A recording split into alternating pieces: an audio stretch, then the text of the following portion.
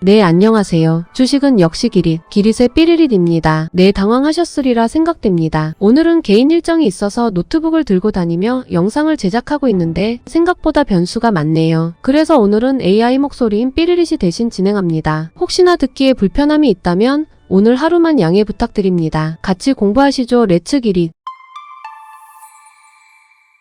첫 번째 소식입니다. 어제 미국은 혼조세. 어제 미국 증시는 혼조세로 마감되었습니다. 그 중심에는 급락한 유가와 급락한 유통사가 있었다고 합니다. 일단 유가는 경기 둔화 가능성에 집중하며 4.8%나 급락하는 모습. 게다가 월마트 최고 경영자는 이제는 인플레가 아니라 디플레를 걱정해야 한다며 부정적인 가이던스를 내자 무려 8%나 급락하는 모습을 보였다고 하네요. 그래서인지 오늘 우리나라 증시는 좋지 않은 모습을 보였습니다. 다음입니다. 그렇다면 경기 침체 걱정은 해야 하는 걸까요? 말아야 하는 걸까요? 솔직히 저도 계속 고민이 됩니다. 경기 침체가 올 거라고 생각은 하면서도 혹시 이번엔 안 오는 거 아닐까? 라고 하루에 한두 번은 생각이 드는데 하지만 지난 80년간 인플레가 급등한 후에 경기 침체가 없었던 적은 없었다고 하네요. 마침 이번 주에 발표된 CPI, PPI가 공개되면서 금리 인상은 없다 라는 이야기는 나왔지만 동시에 경기 침체 전조 아님? 이라는 이야기도 나오고 있다고 하죠. 그리고 경기 침체가 온다고 하는 이유를 보니 소비의 나라인 미국의 소비자 지출이 식고 있으며 내년 미국의 성장률도 급격히 하락할 것으로 본다고 하네요. 또한 실업률 상승도 나타나서 걱정은 존재한다고 합니다. 마침 오늘도 유가 급락, 미국 대형 유통사의 급락 등이 나타나 더 걱정이 나오는 하루입니다. 다음입니다. 이 와중에 인텔이 미친 급등을 했습니다. 무려 7%나 급등했다고 하며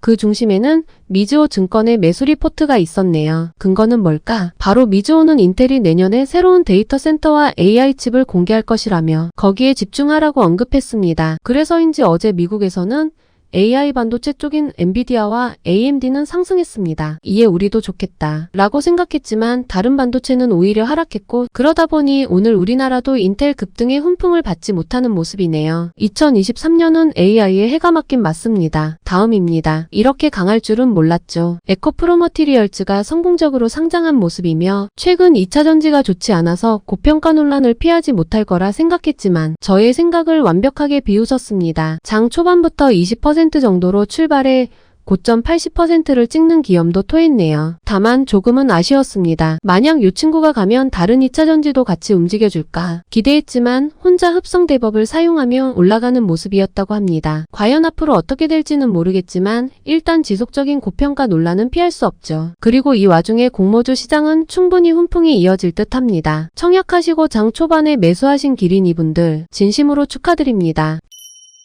다음 소식입니다. 올해 수능은 불수능. 어제가 수능날이었죠. 다들 보셨겠지만 올해 수능은 불수능이었다고 합니다. 킬러 문제가 사라지면 너무 쉬운 거 아니냐 라는 불평불만이 많았지만 오히려 변별력을 높이기 위해서 난이도를 전체적으로 상향했다고 하네요. 모두가 만족하는 것은 당연히 없겠지만 후회 없는 수능이었길 바라고 수험생분들 모두 앞으로 더 잘 되길 바랍니다. 다음입니다. LG 대규모 할인 시작. 29년 만에 LG 우승을 기념해 LG전자는 가전제품 할인 및 경품을 주는 행사를 진행한다고 합니다. 18일부터 26일까지 온라인 그리고 LG베스트샵 오프라인 매장에서 진행한다고 하니 참고하시길 바랍니다. 다음입니다. 엔화가 미쳤어요. 무려 850원까지 하락하는 모습을 보여주고 있으며 15년 만에 850대를 확인한 투자자들이 참지 못하고 엔화 예금을 개설하고 있다고 합니다. 그래서 한국은행에 따르면 지난달 엔화 예금 잔액은 86억으로 2012년 통계 집계 이후 최대치라고 하고 지금은 더 높아졌겠죠? 참고로 900원까지는 전문가들이 투자를 꺼리는 모습이었습니다. 올라도 좀 시간이 걸리고 설령 오른다고 하더라도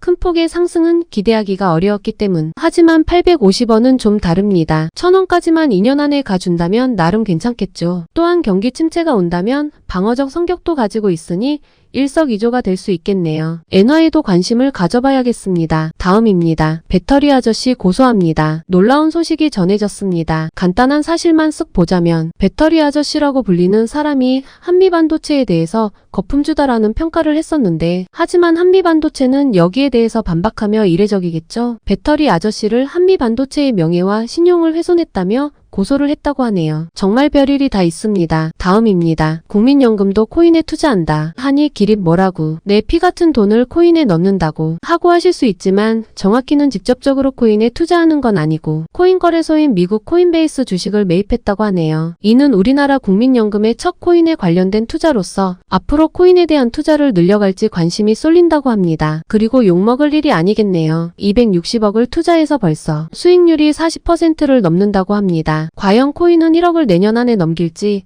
코인베이스 등 거래소 주가는 어떨지 계속 지켜보겠습니다. 다음입니다. 카카오의 기관 외국인 쌍그리 매수가 우리가 너무나 실망했던 주식인 카카오. 하지만 외국인 기관은 최근 들어 1,700억을 매수하는 모습이라고 합니다. 그렇다면 지금 사는 이유가 뭘까요? 최근 사법 리스크 때문에 장기 투자했던 개인 투자자마저 떠나고 있는데 이를 오히려 저점 매수로 삼는다고 합니다. 또한 광고 중심의 매출 성장이 4분기부터 기대가 되고 최근 금리 인상 걱정이 끝나가자 지금이니 라고 외치며 줍줍한다고 하네요. 과연 저점 대비 30% 오른 카카오 121선을 뚫고 갈지 아니면 쌍바닥을 만들지 한번 고민해보세요. 다음 소식입니다. 이번 주에 급등한 친구들은 누굴까요? 최근 일주일간 50% 넘게 급등한 친구들을 봤더니 4곳이 있었습니다. 바로 웅진, STX, 태고사이언스, 마이크로컨텍솔. 이 중 마이크로컨텍솔은 반도체 기업인데 실적 서프라이즈를 내면서 이틀 연속 뜨거운 모습을 보였고, 태고사이언스는 주름 개선 세포치료제 로스미르 임상 3상을 성공했다는 소식에 2연상에 성공했네요. 그리고 웅진은 2차전지에 뛰어든다는 소식,